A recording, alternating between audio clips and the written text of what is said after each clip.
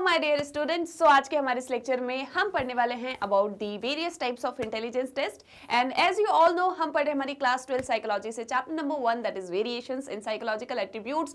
And this is Saloni Pandey, psychology educator, and I welcome you all to your favourite channel magnet brains, जहां पर आपको मिलती है 100% free and quality education, और वो भी बिना किसी पेड सब्सक्रिप्शन के।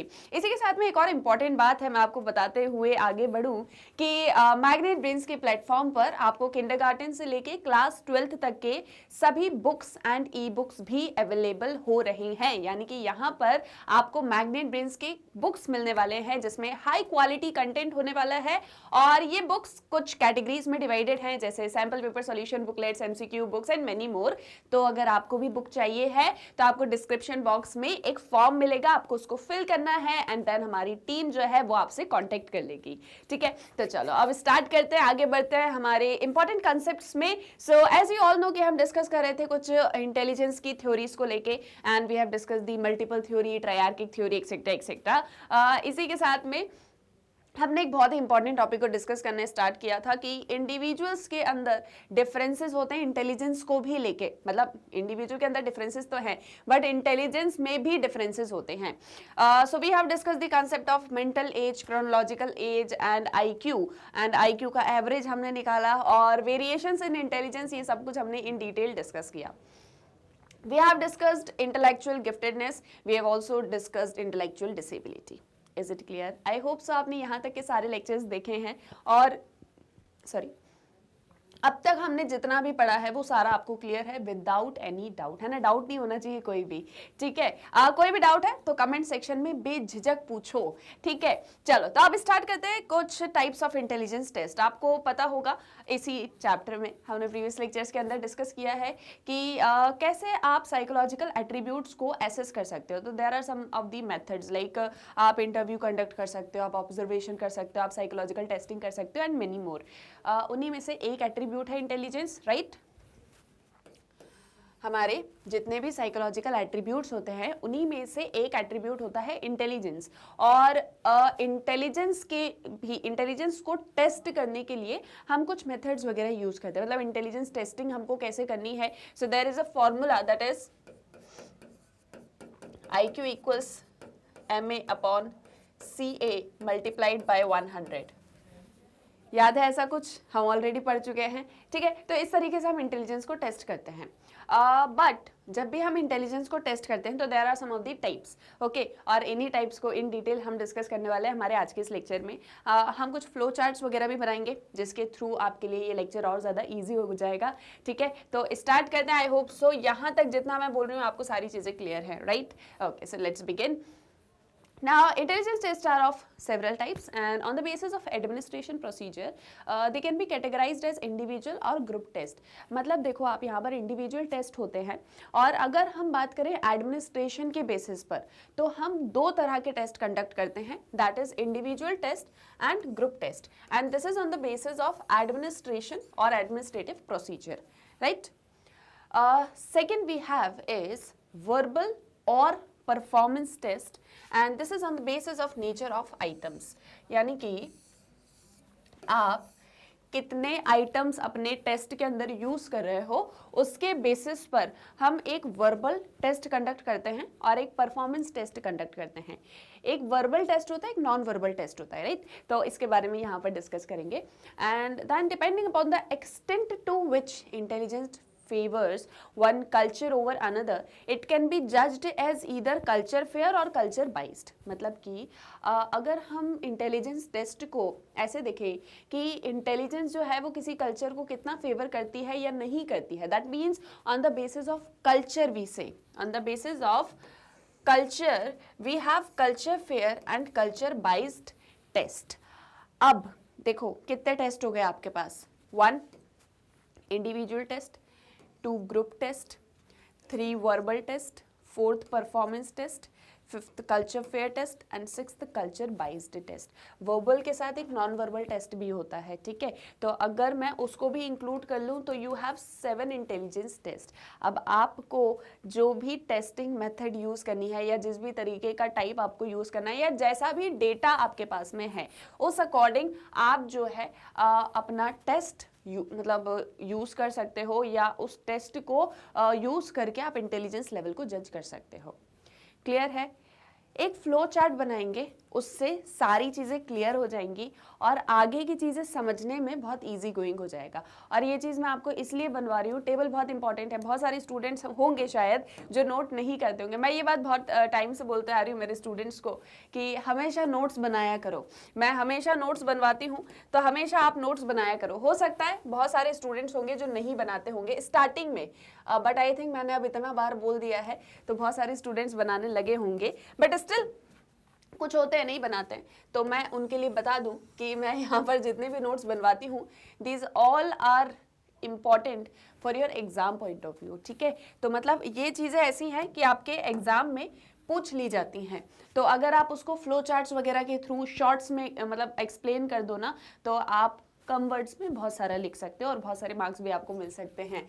ओके, सो इसीलिए ये चीज़ थोड़ा सा कर लिया करो, थोड़े नोट्स वगैरह बना लिया करो। ऐसा नहीं बस बैठ के सुन रहे हैं मैम पढ़ा रही हैं तो। ठीक है, तो चलो फटाफट मेरे साथ में अपनी नोटबुक में ये एक चार्ट बनाओ, एक टेबल बनाओ जो मैं बनवा रही हूँ यहाँ पे। ओके, सेम जैसे मैं बना रही हूँ वैसे ही बनाना, आप कुछ अलग मत करो, मतलब it's just as simple as it is.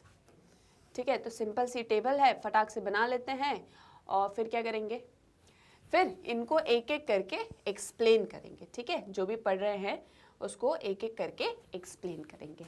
Okay, चलो थोड़ा सा और थोड़ी थोड़ी कुछ चीज़ें। One is here, another one here. ठीक है, देखो आप लोग ऐसे ये सब यूज़ नहीं कर पाओगे, ये मेरे पास टेक्नोलॉजिकल एडवांसमेंट है। आपको अपनी नोटबुक में करना है तो आपको ये सारी चीज़ें ड्रॉ करनी पड़ेंगी। ठीक है, जैसे जैसे मैं ड्रॉ करवा रही हूँ ना, सेम वैसे ही वैसे ड्रॉ कर लो और कुछ मत करो। ठीक है, इतना तो कर सकते हो ना, ड्रॉ तो कर ही सकते हो। Okay, so I think so कि आप लोग को समझ में आ रहा होगा कि मैं क्या ड्रॉ कर रही हूँ और क्यों कर रही हूँ। ओके, सो फाइन, बस होने वाला है एंड इट्स डन। आप सोचेंगे क्या सिर्फ बॉक्स बनने वाले हैं, ऐसा कुछ नहीं है। ठीक है, चलो आ जाओ इधर। So first we will write here types of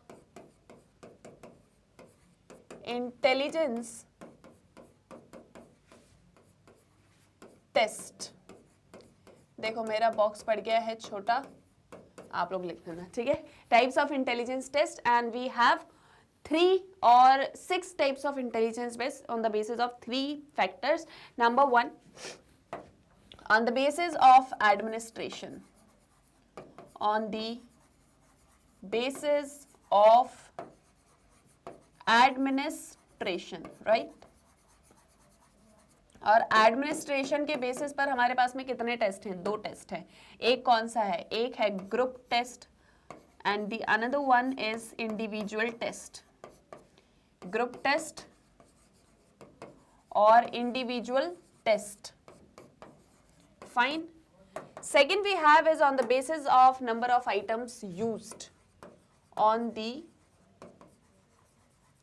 basis of number of items used, and here we have verbal, और मैं ब्रैकेट में लिख रही हूं नॉन वर्बल। ठीक है, आप भी ब्रैकेट में लिख लेना, वर्बल या नॉन वर्बल टेस्ट, और लिख लो यहाँ पे वर्बल और non verbal test. And the another one we have is performance test. Performance test, fine. Then we have on the basis of culture, culture ही लिख लो। ठीक है, on the basis of culture we have again 2 types of test, and number 1 is culture biased and another one is culture fair test, fine। another one is culture fair test। अब बताओ ये कितना अच्छा सा लग रहा है ना? सब कुछ जो है मतलब बिल्कुल एक फॉर्मेट में दिख रहा है। और इसी के साथ साथ में ये भी समझ में आ रहा है कि कौन से मतलब जो टाइप है वो किससे बिलोंग कर रहा है, और बहुत इजी टू रीड है ना। तो जब इजी टू रीड है तो इजीली आपकी टीचर रीड कर पाएंगे जब आप इसको अपने क्वेश्चन के आंसर में लिखेंगे, और वो अच्छे अच्छे मार्क्स भी आपको देंगी। ठीक है, तो आप इसको अच्छे से ऐसे ड्रॉ करना, और फिर उसके बाद में हम आगे रीड करते हुए चलते हैं। अगर लगेगा तो इसमें कुछ ऐड करेंगे, अदरवाइज हम ऐसे ही इसको समझेंगे। अभी आपको बिल्कुल क्लियर है ना कि कितने टाइप्स ऑफ टेस्ट होते हैं। अब बस आपको इनके मीनिंग समझना है, और बहुत सिंपल है, मतलब आप बहुत जल्दी समझ जाओगे सारी चीज़ों को। ठीक है, तो चलो स्टार्ट करते हैं। सबसे पहले स्टार्ट करते हैं इंडिविजुअल और ग्रुप टेस्ट के साथ में। इंडिविजुअल टेस्ट ऐसा होगा जो एक इंडिविजुअल के ऊपर आप कंडक्ट कर रहे हो। ग्रुप टेस्ट जिसमें आपके पास में एक ग्रुप है। जैसे just take an example here कि यहाँ पे तो आपके पास में एक इंडिविजुअल है, ठीक है, ऐसे ही बना देते हैं अभी तो इंडिविजुअल। ठीक है, ये एक सिंगल पर्सन है और ये आपके पास में ग्रुप है। ठीक है, तो इसमें ये सब आपके पास में इंडिविजुअल्स हैं। ओके, ये सब कौन है, इंडिविजुअल है। तो इन सबको मिला के ये ग्रुप बन गया, and here you have just one individual and his name is a. Okay, ये सिर्फ एक इंडिविजुअल और ये आपके पास में एक ग्रुप, ये इंडिविजुअल और ये ग्रुप। ठीक है, अब आप टेस्ट कंडक्ट कर रहे हो।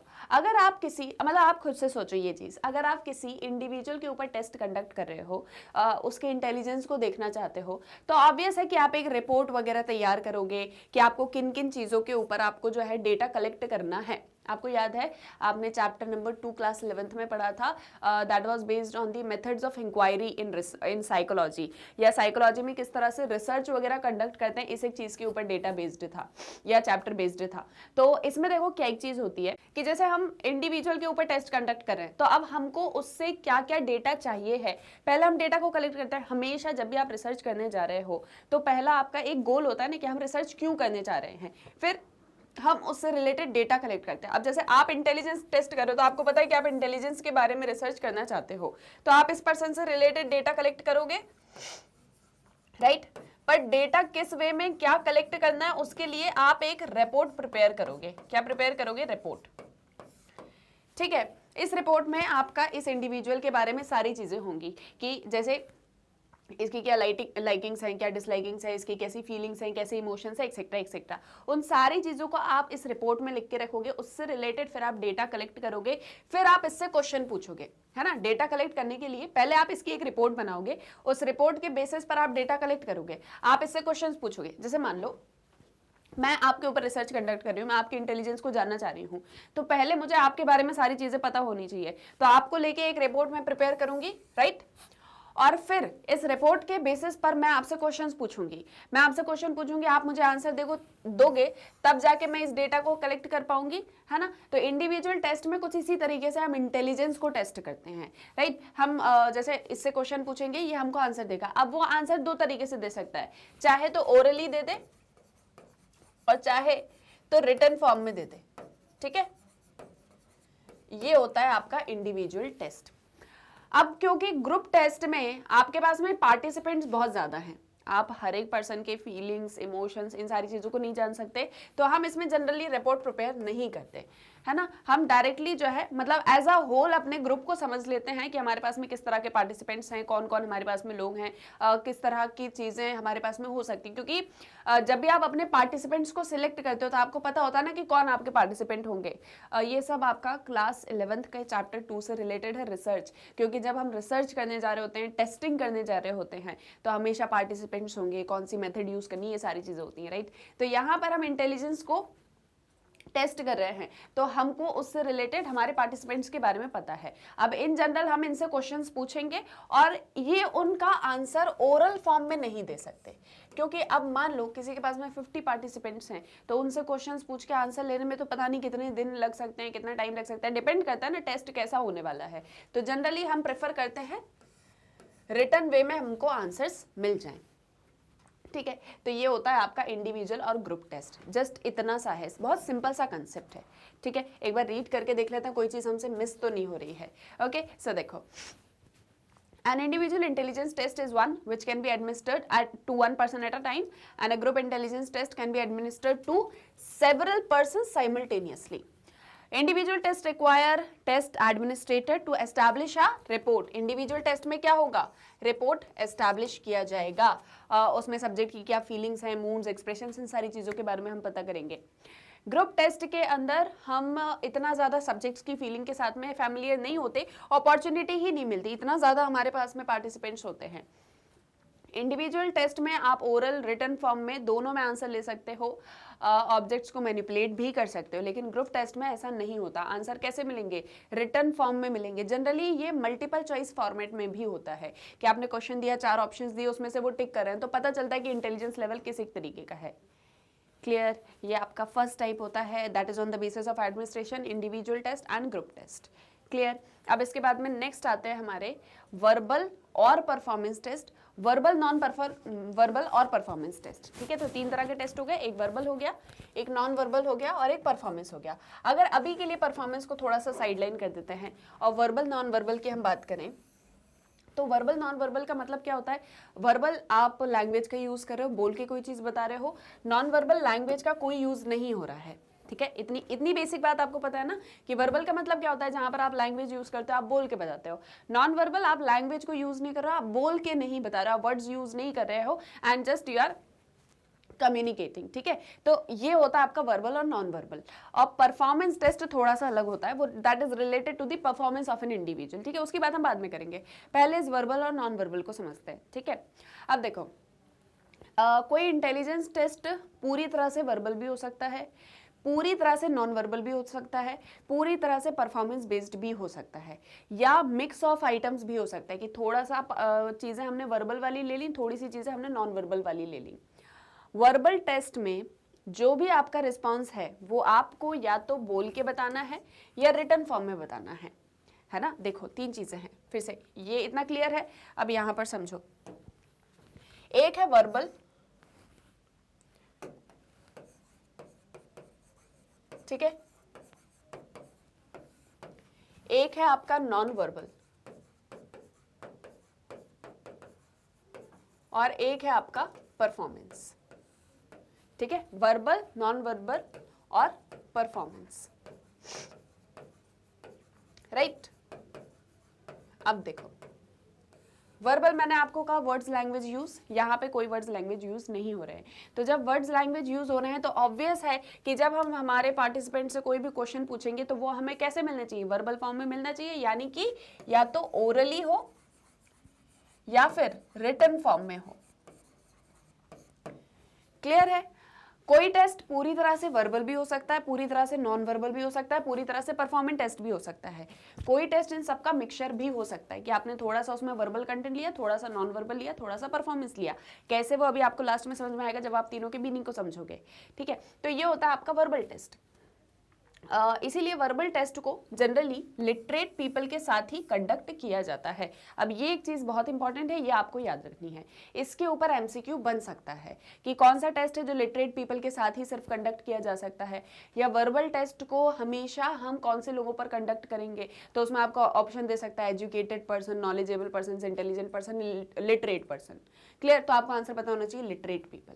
ठीक है, तो वर्बल टेस्ट हमेशा, क्योंकि यहाँ पर लैंग्वेज यूज हो रही है, वर्ड्स यूज हो रहे हैं, एंड अगर आपको लैंग्वेज यूज नहीं करना आता तो आप वर्बल टेस्ट कैसे दोगे, है ना। तो इसीलिए हम वर्बल टेस्ट हमेशा किन लोगों के ऊपर एग्जीक्यूट करेंगे, दोज हु आर लिटरेट। ठीक है, ये टेस्ट हमेशा लिटरेट पर्संस के ऊपर कंडक्ट किया जाएगा।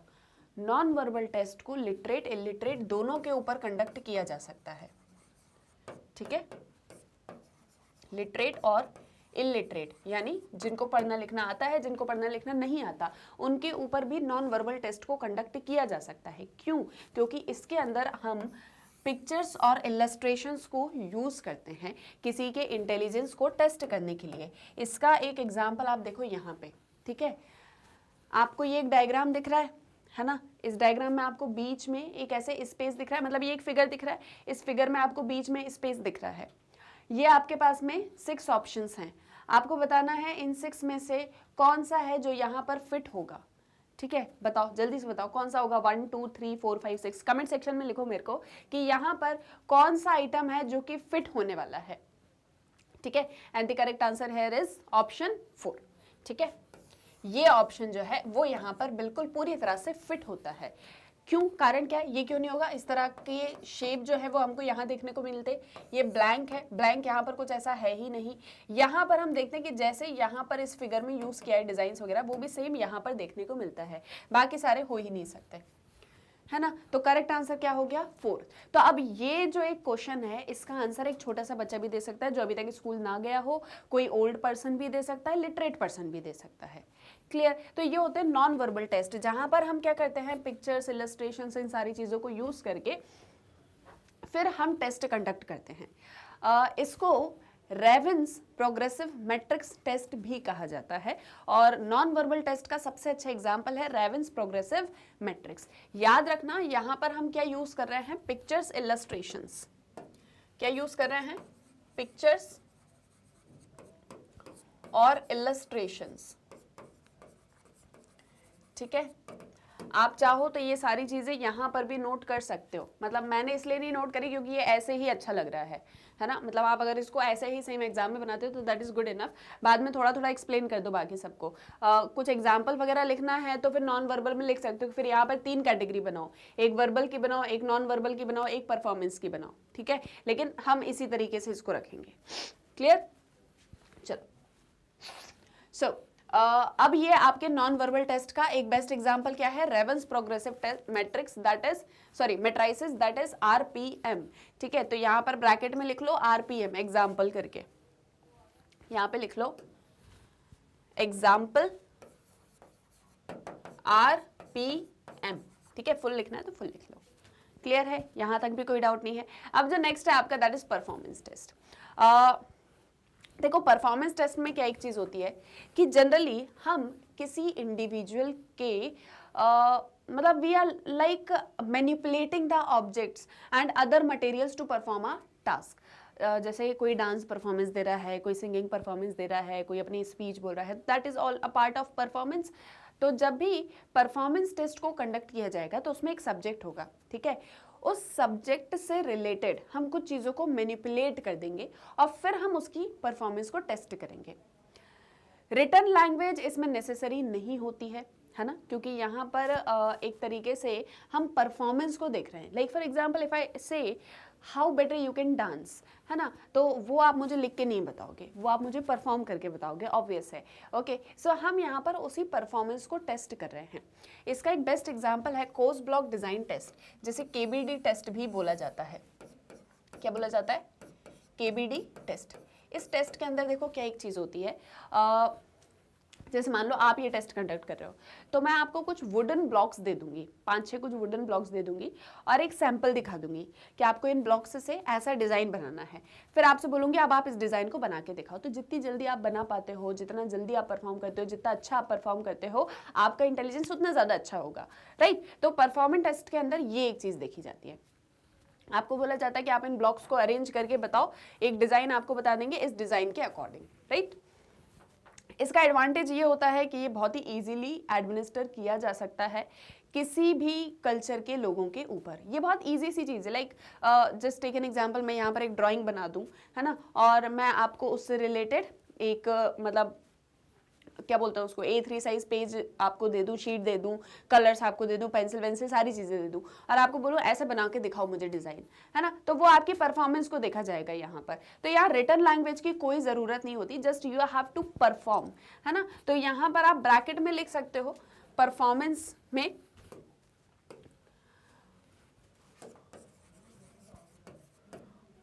क्या था, KBD Koh's block design test, design test, और ब्रैकेट में लिख लो वुडन ब्लॉक्स अरेंज। तो ये एक चीज आपको याद भी रहेगी और आप ऐसे लिख भी सकते हो कि एग्जांपल के लिए केबीडी टेस्ट हमने इसके अंदर कंडक्ट किया हुआ है।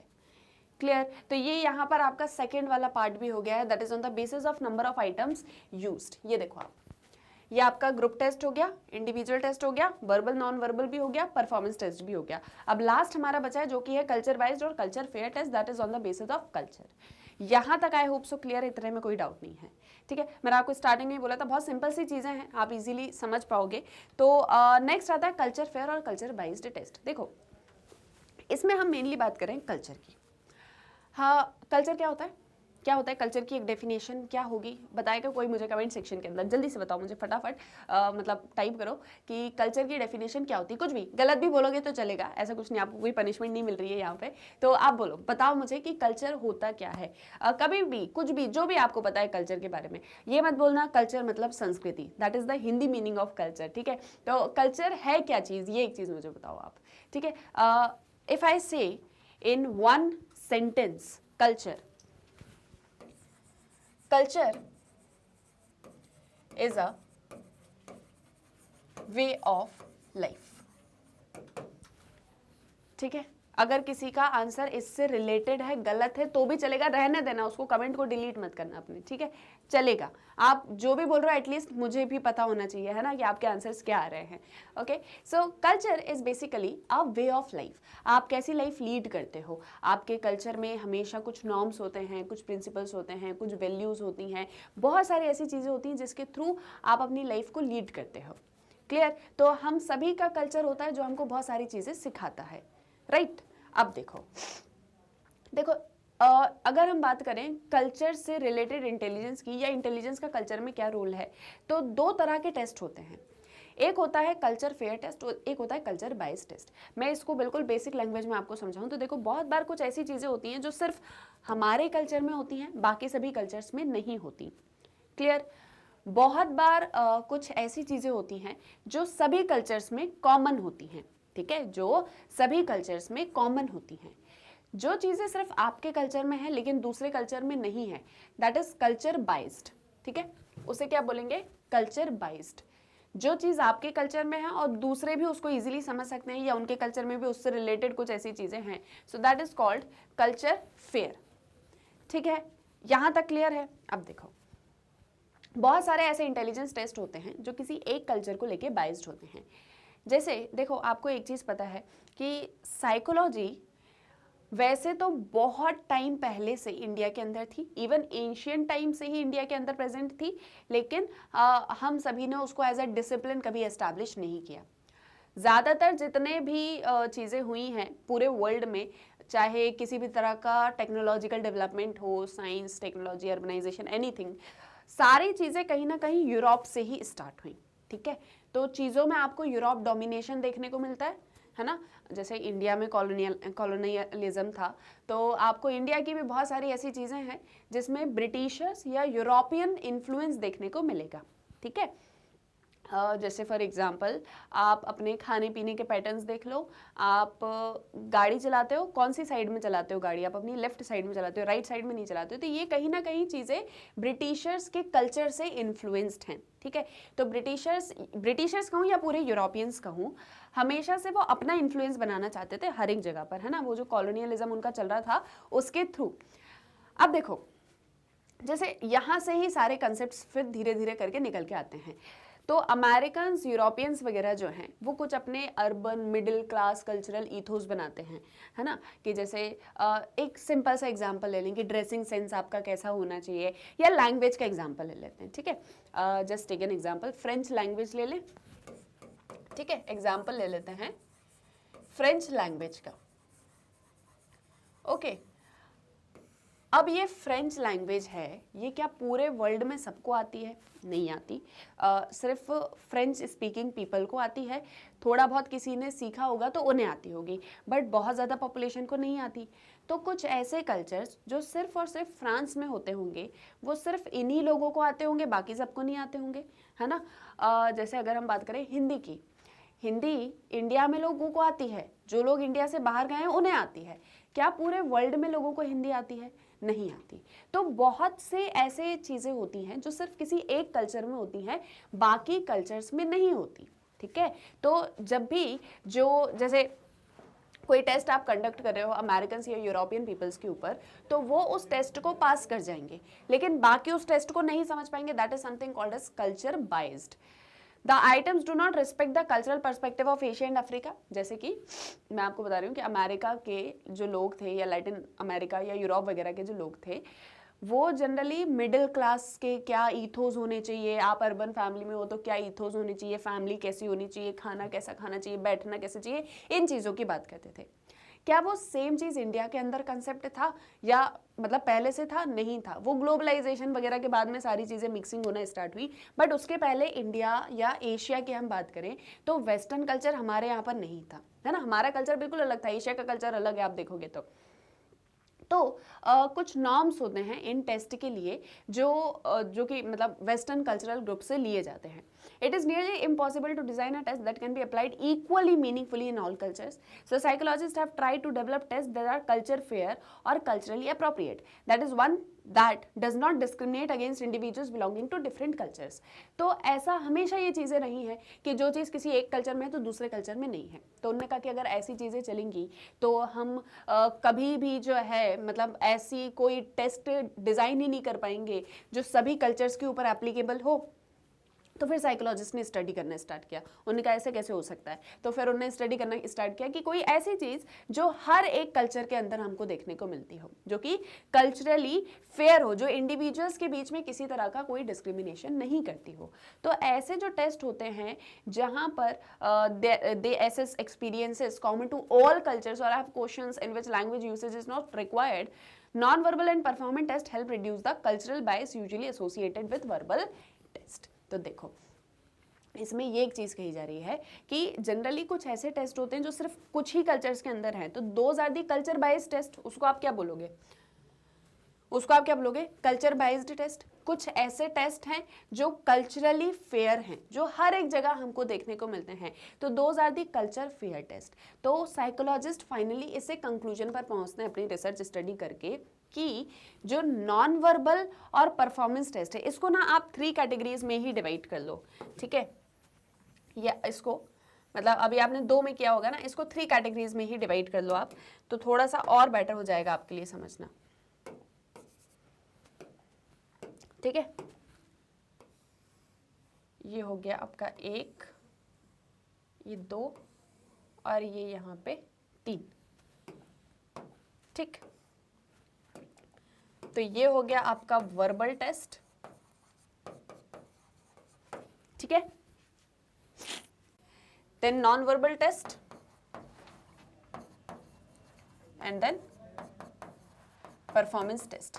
तो देखो जब साइकोलॉजिस्ट ने स्टडी करी तो उनका क्या कहना था कि जो कल्चरली बाइज्ड टेस्ट होते हैं ना, जैसे हमने लैंग्वेज वगैरह की बात करी, तो उसमें आप वर्बल टेस्ट को ही यूज कर सकते हो कि जैसे कोई टेस्ट हिंदी लैंग्वेज में है तो उसको सिर्फ हिंदी लैंग्वेज वाले ही कर सकते हैं, दूसरी लैंग्वेज वाले नहीं कर सकते। हो सकता है जो पोर्टुगीज है वो नहीं कर सकते, ठीक है। तो वो कैसा हो गया? वो कल्चर बेस्ड टेस्ट हो गया। लेकिन कोई ऐसा टेस्ट है जो पूरे वर्ल्ड में हर एक कल्चर का पर्सन कर सकता है, उसे करने के लिए कोई दिक्कत नहीं होगी उसको, तो उसमें नॉन वर्बल और परफॉर्मेंस टेस्ट यूज हो सकते हैं, है ना। तो इसलिए ये दोनों जो टेस्ट हैं, ये कैसे टेस्ट हैं? These are culture fair test. और ये जो आपका वर्बल टेस्ट है, this one is culture biased test, हम ऐसा बोल सकते हैं। क्लियर है? ये आपको बनाना नहीं है, ये आपको नहीं बनाई, मैंने आपको समझाने के लिए बनाया है। आपको सिर्फ इतनी चीज नोट डाउन करनी है, that is important for your answers, ठीक है। कोई डाउट है बोलो यहाँ तक मुझे? क्लियर हुआ ना? तो बहुत सिंपल सा टॉपिक है, बहुत छोटी सी चीज़ है, बस आपको इतना समझना है कि इंटेलिजेंस को हम टेस्ट करते हैं। टेस्ट करने के लिए बहुत सारे इंटेलिजेंस के टेस्टिंग टाइप्स होते हैं। आप इंडिविजुअल को टेस्ट कर सकते हो, आप ग्रुप को टेस्ट कर सकते हो। आप उसको टेस्ट करने के लिए वर्बल मेथड यूज़ कर सकते हो, आप नॉन वर्बल यूज़ कर सकते हो, आप चाहे तो परफॉर्मेंस टेस्ट भी कर सकते हो। आपको कल्चर का भी ध्यान रखना होगा, आपका टेस्ट कल्चर फेयर है या कल्चर बाइज्ड है। तो मैंने आपको बोला ना chapter 2 that is inquiry in psychological research या साइकोलॉजिकल स्टडीज या मेथड्स ऑफ इंक्वायरी। तो आपको कैसे रिसर्च डेटा कलेक्ट करना है, that all depends on you. कोई भी डाउट है कमेंट सेक्शन में बताओगे। आई होप सो क्लियर है। देखो बहुत सिंपल सी चीज़ है, मैंने बहुत आराम से आपको समझाया है। फ्लो चार्ट मैंने आपको बनवा दी है, ये बनाना ही बनाना है। अगर इस तरह का क्वेश्चन आ जाता है एग्जाम में, इसको ज़रूर बना, ठीक है। तो इससे रिलेटेड क्वेश्चंस जो हैं आपके एमसीक्यूज वगैरह में भी आ सकते हैं, तो उसका भी आपको अच्छे से ध्यान देना है, ठीक है। सो आई होप सो यहाँ तक क्लियर होगा, बहुत सिंपल से कंसेप्ट से।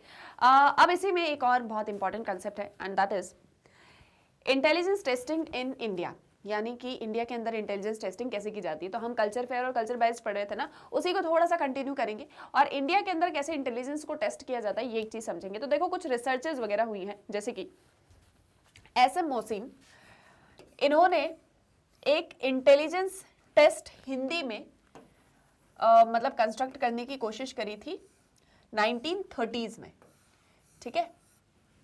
इन्हें ये देखा कि हिंदी लैंग्वेज में कैसे जो है इंटेलिजेंस टेस्ट को कंडक्ट किया जा सकता है 1930s में।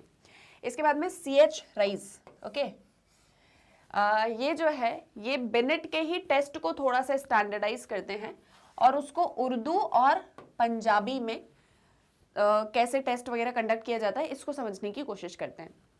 Eight about the same time Mahalanobis जो है वो बिनेट के टेस्ट को बंगाली में स्टैंडर्डाइज करने की कोशिश करते हैं। माहल नोबिस जो है इनका इकोनॉमिक्स में बहुत इंपॉर्टेंट कंट्रीब्यूशन है, अगर आप पढ़ते होंगे तो आपको पता होगा, ठीक है। Attempts were also made by Indian researchers to develop Indian norms for some western test including RPM, WAIS, Alexander's passalong etcetera. यानी कि इंडियन रिसर्चर्स ने कुछ ऐसे अटेम्प्ट भी किए कि कैसे वो जो वेस्टर्न टेस्ट हैं उसको इंडियन नॉर्म्स में कर सकते हैं, यानी कि वो टेस्ट जो सिर्फ वेस्टर्न कंट्रीज में ही किए जाते थे कैसे उन टेस्ट का इंडियनाइजेशन किया जाए, ठीक है। इसको लेके भी अटेम्प्ट्स किए गए। तो आप इसमें याद रखेंगे ईयर्स और किसने कौन से टेस्ट के लिए किया। जैसे मान लो MCQ आ गया कि हिंदी टेस्ट के लिए किसने जो है रिसर्च किया था या किसने कंस्ट्रक्ट किया था हिंदी में इंटेलिजेंस टेस्ट, तो आपके पास में ऑप्शन आ जाए जैसे CH राइज आ गया, माहल नोबिस आ गया, एल्फ्रेड बिनेट आ गया, SM मोहसिन आ गया। तो आपको पता होना चाहिए SM मोहसिन, ठीक है। तो ये डेट और ईयर के साथ में इस एक चीज को आपको याद रखना है ना। Cube construction and Kohs block design, इन सब का भी इंडियनाइजेशन करने की कोशिश करी। Long and Mehta prepared a mental measurement handbook listing out 103 test of intelligence in India that were available in various languages. Long and Mehta यहाँ पर मेंटल मेजरमेंट हैंडबुक बनाते हैं, इसके अंदर 103 टेस्ट थे और इन 103 टेस्ट में हम इंटेलिजेंस को टेस्ट करते हैं जिसके अंदर आपको वेरियस इंडियन लैंग्वेजेस मिल जाएंगी, ठीक है, और उनके अंदर आप इन टेस्ट को कंडक्ट कर सकते हो। Since then a number of tests have either been developed or adopted from Western cultures. जैसे National Library of Educational and Psychological Test at the National Council of Educational Research and Training, that is NCRT, has documented Indian test. तो तब से लेके अब तक बहुत सारे ऐसे टेस्ट बनाए गए जिसको इंडिया में इंटेलिजेंस टेस्ट, मतलब जिसके बेसिस पर इंडिया में इंटेलिजेंस टेस्ट किया जाए। और बहुत सारे ऐसे टेस्ट वगैरह भी थे जिसको वेस्टर्न कल्चर से हमने लिया था, फिर उसका इंडियनाइजेशन किया था। ऐसे कुछ टेस्ट वगैरह आपको NCRT ने डॉक्यूमेंट करके रखे हुए हैं, तो मतलब वहाँ भी वो वहाँ पर मिल जाता है। Critical reviews of Indian test are published in the form of handbooks. NLEPT, that is National Library of Educational and Psychological Test, has brought out the handbooks in the area of intelligence, aptitude, personality, attitudes and interest. Table lists some tests developed in India. Among these, Bhatia's battery of performance test is quite popular. तो ये जो NLEPT है ये कुछ intelligence के जो handbooks वगैरह है उसको मतलब थोड़ा सा बताती है कि कैसे intelligence, aptitude, personality, attitude in सब के ऊपर टेस्ट किया जाता है। अभी हम एक टेबल देखेंगे जिसमें हम देखेंगे कैसे इंडिया के अंदर डेवलप्ड हुए हैं ये सारे टेस्ट। इसमें से सबसे ज्यादा जो पॉपुलर हुआ that was Bhatia's battery of performance test, ठीक है। ये वाला जो टेस्ट है ये सबसे ज्यादा पॉपुलर होता है सभी टेस्ट में से। आपको इंडियन टेस्ट में सिर्फ इतना याद रखना है, मैं आपको बता रही हूँ MCQ के बेसिस से ये इंपॉर्टेंट है। कौन सा टेस्ट कब बनाया गया, कब कंस्ट्रक्ट किया गया, उसकी क्या रेलिवेंस है, कौन सी लैंग्वेज में है, कौन से ईयर में हुआ, ठीक है, बस आपको इतना याद रखना है। अब आप ये यहाँ पर देखो कि कौन कौन से टेस्ट इंडिया में डेवलप होते हैं। तो यहाँ पर आपको दिख रहे हैं वर्बल टेस्ट और यहाँ पर आपको दिख रहे हैं परफॉर्मेंस टेस्ट, ठीक है। वर्बल टेस्ट कौन कौन से? CIE verbal group test of intelligence by Uday Shankar, group test of general mental ability by S Jalota, group test of intelligence by Prayag Mehta, the Bihar test of intelligence by SM Mohsin, group test of intelligence by bureau of psychology Allahabad, Indian adaptation of Stanford Binet test 3rd edition by SK Kulshreshtha, test of general mental ability Hindi by MC Joshi. अब मुझे एक बात बताओ, ये test हमने verbal में क्यों रखे हैं, जल्दी से बताओ कमेंट सेक्शन के अंदर कि इन टेस्ट को हमने वर्बल के अंदर क्यों रखा है। मैं जब तक ये रीड कर रही हूं आप मुझे बताओगे कि इन टेस्ट को हमने वर्बल के अंदर क्यों रखा है। मुझे फटाक से आपका आंसर चाहिए कमेंट सेक्शन के अंदर, ठीक है। Then in performance test we have CIE non verbal group test of intelligence, Bhatia's battery of performance test, I told you this is one of the very important, draw a man test by Pramila Pathak and adaptation of Wessler adult performance intelligence scale by R Ramalingaswamy। Clear? क्यों है ये verbal test? क्योंकि इसमें हम language को use कर रहे हैं। किसको यूज कर रहे हैं? लैंग्वेज को। कैसे पता चला? ये देखो यहाँ पर हिंदी लैंग्वेज दिया है, ठीक है। मतलब ये सारे टेस्ट जो है इनमें लैंग्वेज को हमने यूज किया है, रिटन या ओरल फॉर्म में ये टेस्ट हमको देने हैं, तो इसीलिए इसको हम वर्बल टेस्ट के अंदर रख रहे हैं। ये परफॉर्मेंस टेस्ट है। ड्रॉ अ मैन, देखो आ रहा है ना समझ में कि ये जो सारे टेस्ट हैं ये आपके परफॉर्मेंस बेस्ड टेस्ट हैं। क्लियर? तो सिर्फ MCQ के पर्पज से आपको इतनी चीजें याद रखनी है, लेकिन टाइप्स ऑफ ग्रुप टेस्ट में मैंने जो ये आपको बताया ये इंपॉर्टेंट है, ये आपको पूरा जो है जानना है, समझना है अच्छे से। और कोई भी डाउट है तो कहाँ पूछोगे? कमेंट सेक्शन में। अब हम मिलेंगे नेक्स्ट लेक्चर में जहाँ पर हम और भी रिलेटेड टॉपिक्स को डिस्कस करेंगे रिलेटेड टू आवर इंटेलिजेंस। यहाँ तक आई होप सो कोई डाउट नहीं होगा। तो अपने चैप्टर में मतलब बुक में आपके चैप्टर में यहाँ तक जितने टॉपिक्स दिए उसको एक बार रीड कर लेना। कोई भी डाउट आए तो मुझसे पूछ लेना, संकोच नहीं करना है, सोचना नहीं ऐसे बहुत ज़्यादा कि पूछें नहीं पूछें क्या रिप्लाई, रिप्लाई सबको आएगा। तो आप जो है कमेंट सेक्शन में मुझसे डाउट्स पूछ सकते हैं, कोई चीज़ शेयर करनी है, कोई बात करनी है तो वो भी कर सकते हो। हम मिलेंगे हमारे नेक्स्ट वीडियो लेक्चर में। पर जाते जाते एक और छोटी सी इन्फॉर्मेशन लेके जाओ कि कैसे आप मैग्नेट ब्रेन्स की वेबसाइट को एक्सेस कर सकते हो। तो जैसे कि आपको पता है मैग्नेट ब्रेन्स के डेली लेक्चर्स आपको यूट्यूब चैनल पर मिलते हैं, साथ ही साथ में मैग्नेट ब्रेन्स की ऐप है, आप उसको प्ले स्टोर से डाउनलोड कर सकते हैं। इसके अलावा मैग्नेट ब्रेन्स की वेबसाइट है, दैट इज www.magnetbrains.com। इसे आप जैसे ही गूगल पे एंटर करोगे आपके सामने मैग्नेट ब्रेन्स एजुकेशन प्लेटफॉर्म मिलेगा।